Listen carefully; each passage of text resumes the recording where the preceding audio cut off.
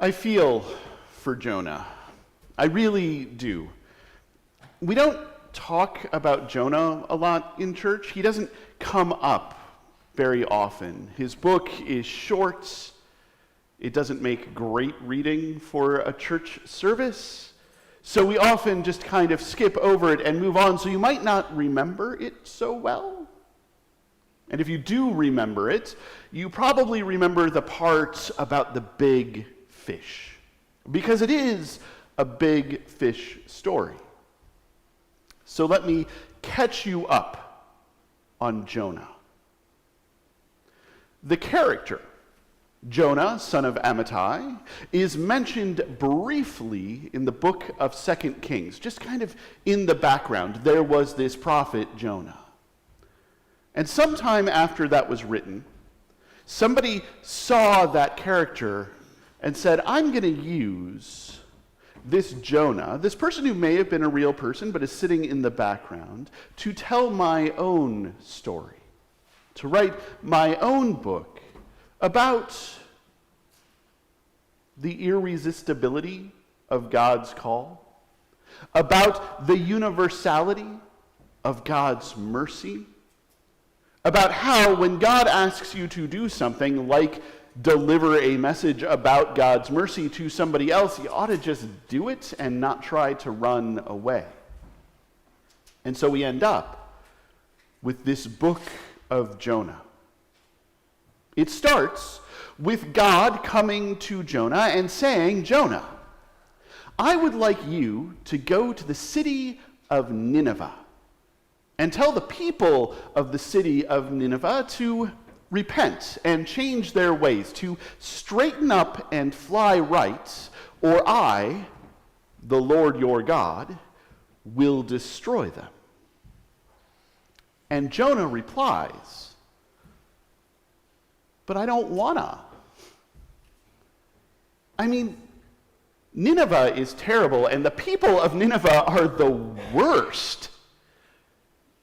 And I've been looking at their empire. I've been looking at those Assyrians, and I have noticed that they have been looking over here, and I think just maybe they're thinking about coming and going to war with us and taking a bunch of us into exile. And I don't like that at all, so I don't want to go. Because if I go and I tell them to repent and change their ways, to straighten up and fly right, they just might do that. And if they do that, then you will be merciful, and I would like them to be destroyed. So thank you very much, but I am going to get on a boat going to Tarshish, which is in the other direction. And that is what he does. He gets on a boat headed to Tarshish, which is in the other direction, and God raises a storm to come at the boat. Now Jonah is asleep in the boat. And this storm rises, and the sailors are wondering, what is happening? Why is this storm rising up? Why is this coming at our ship? Why are we tilting and drifting and listing and taking on water? Why have the sails been torn to shreds? Why does that mast look so precarious? Which one of you ticked off which god? And they go and get Jonah. And they draw lots to find out which of the people on this boat angered which god who is sending a storm after them, which is surely going to kill them all. And the lot falls on Jonah, and Jonah fesses up. I'm supposed to be going to Nineveh right now. And decided not to, because the people of Nineveh are the worst. So I got on this boat going to Tarshish, and now the Lord my God has raised up a storm to force us to turn. So here's what we'll do. You bind me up and throw me overboard into the water. And you, fine sailors, you'll be safe, and I will drown and die, which will still be better than going to Nineveh. And so they do that. and the storm clears up, and the sailors give thanks, and Jonah gets swallowed by a fish. While Jonah is in the fish, Jonah prays, because Jonah does not want to be in a fish. And eventually the fish spits him out on dry land closer to Nineveh, so Jonah goes to Nineveh. Jonah is defeated. Jonah is convicted. Jonah is stuck doing this, so Jonah goes to Nineveh and tells the people of Nineveh, "Repent and change your ways, straighten up and fly right." And the people of Nineveh do. They put on sackcloth. They rub ashes on their face. They repent and ask for mercy. And not just the people, but the animals, the sheep and the pigs and the cattle, the cats and the dogs. They're there putting sackcloth and ashes on mice, so that all of the city and everything in it can repent and change their ways, can straighten up and fly right, and God has mercy on them, and Jonah is unhappy about this. This displeases Jonah. So Jonah goes outside the city and sits down in the hot sun and sulks, because God has had mercy on people who Jonah did not want God to have mercy on. And then this bush grows. And the sun is no longer beating down so fiercely. And a breeze comes in, and Jonah's feeling a little cooler, a little more relaxed, still angry, but happier, more okay. And then the bush dies, and the sun beats down, and a warm wind comes through, and Jonah is miserable again and tells God that very thing.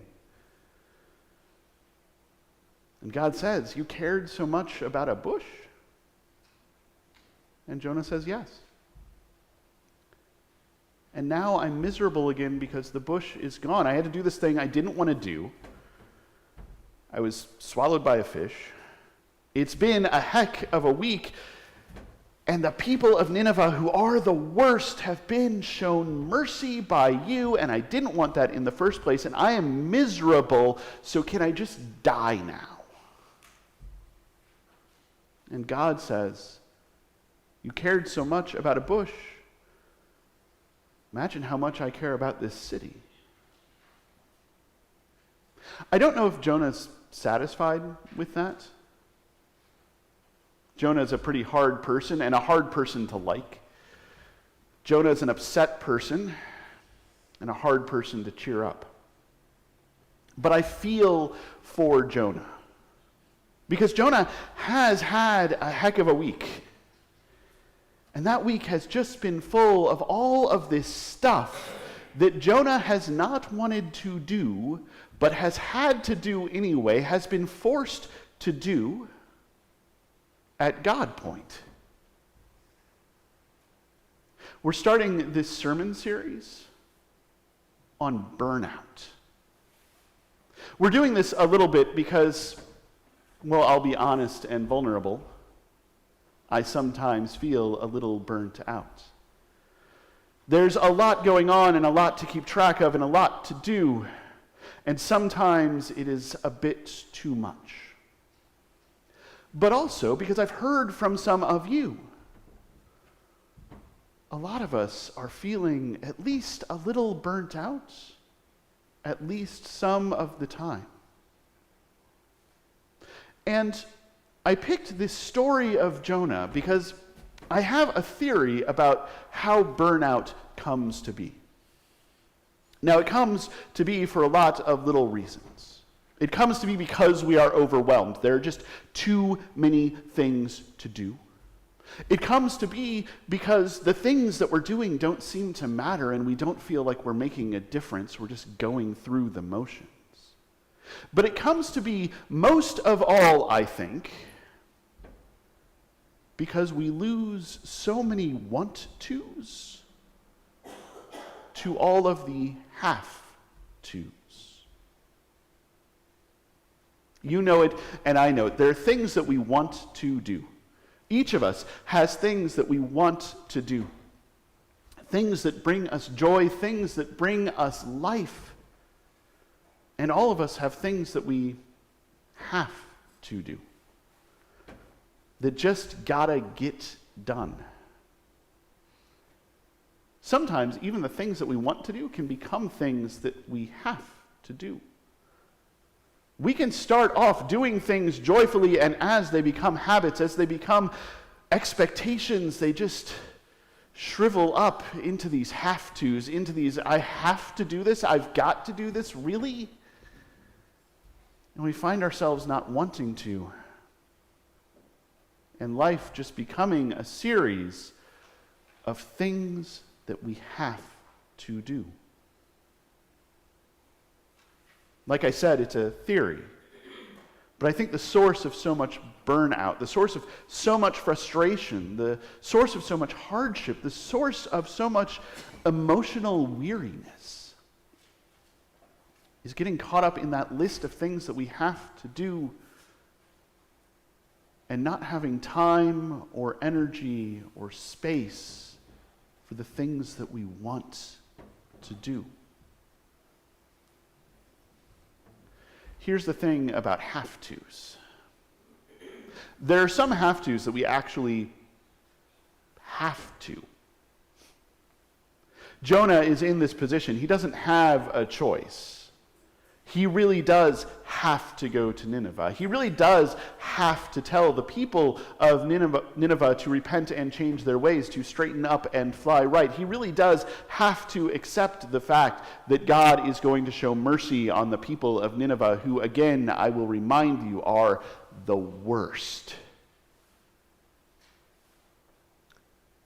But so often those things that we have to are just expectations that we have of ourselves or that others have of us. They're not really have-tos. They're just habits. They're just used-tos. They're just, we've always done it this ways. And so we feel like we have to keep going. We have to trudge on. Long after those things have given us any life, long after those things have given us any enthusiasm, long after those things have given us any hope. And so we find ourselves doing things that we don't want to do because we feel like we have to, even though we don't. And we find ourselves doing things that used to give us life, but no longer do, and that feel pointless and hopeless and like they're not doing anything because we feel like we have to do them. And what we need is a little bit of permission. What we need is that permission to say, to admit, to be honest with ourselves, to say, I don't actually have to. I can let this thing, whatever it is, go. I'll give an example, and it's an easy example, and it's a simple example, and it's almost a dumb example, but it's an example nonetheless. Last year, in an attempt to encourage prayer, I posted to Facebook every day a prayer. A few people saw those, and a few people read those, and maybe a few people prayed those. But it meant, every so often, I was spending a day writing a bunch of prayers. And that is hard, creative work. It's one thing to pray in the moment. It's another thing to try to type out a prayer that'll fit on an image and still make sense and be appropriate for the day and match whatever holidays we have or remembrances we have or seasons we have. It's a hard thing to put all of that creativity in, and it's a hard thing to watch it go out, and it's a hard thing to get very little response. And so as we approached the end of the year, I thought through this, because I had told myself, I've started this, so I have to do it.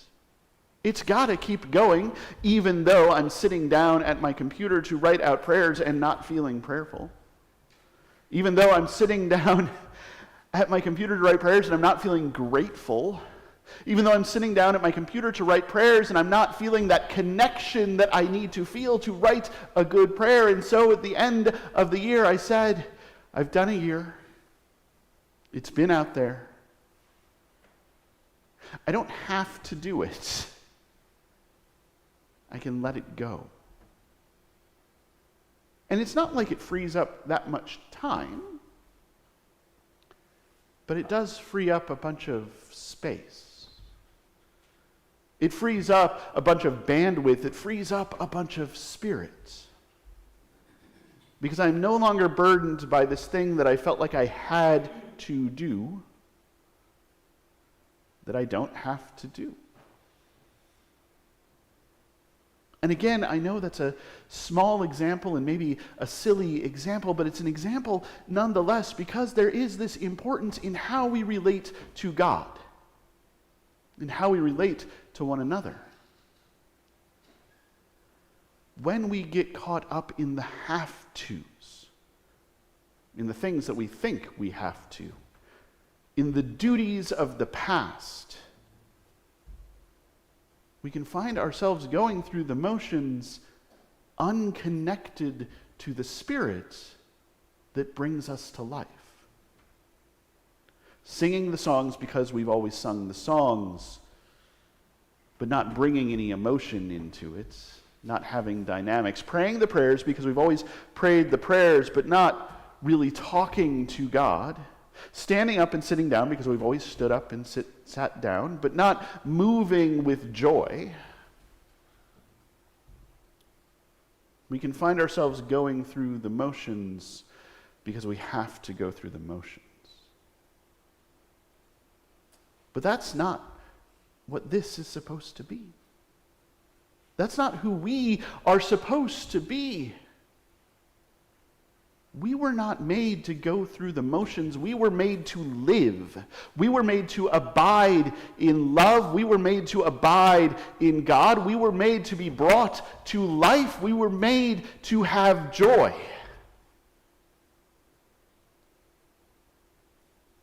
And so sometimes,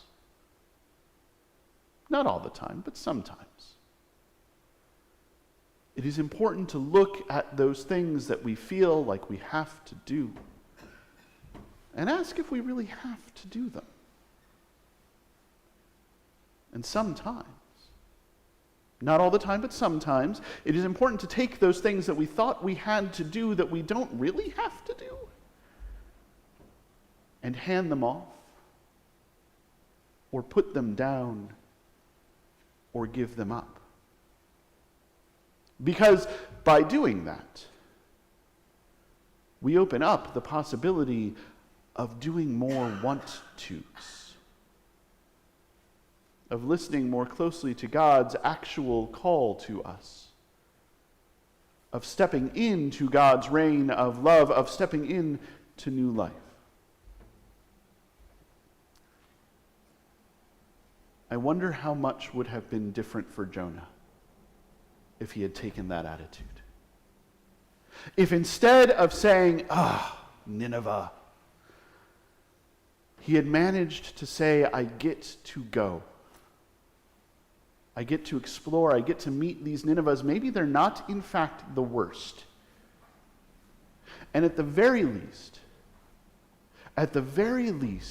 I get to proclaim to others the mercy that God has proclaimed to me. I get to share with others the grace that God has given me. I get to see what God can bring even to Nineveh.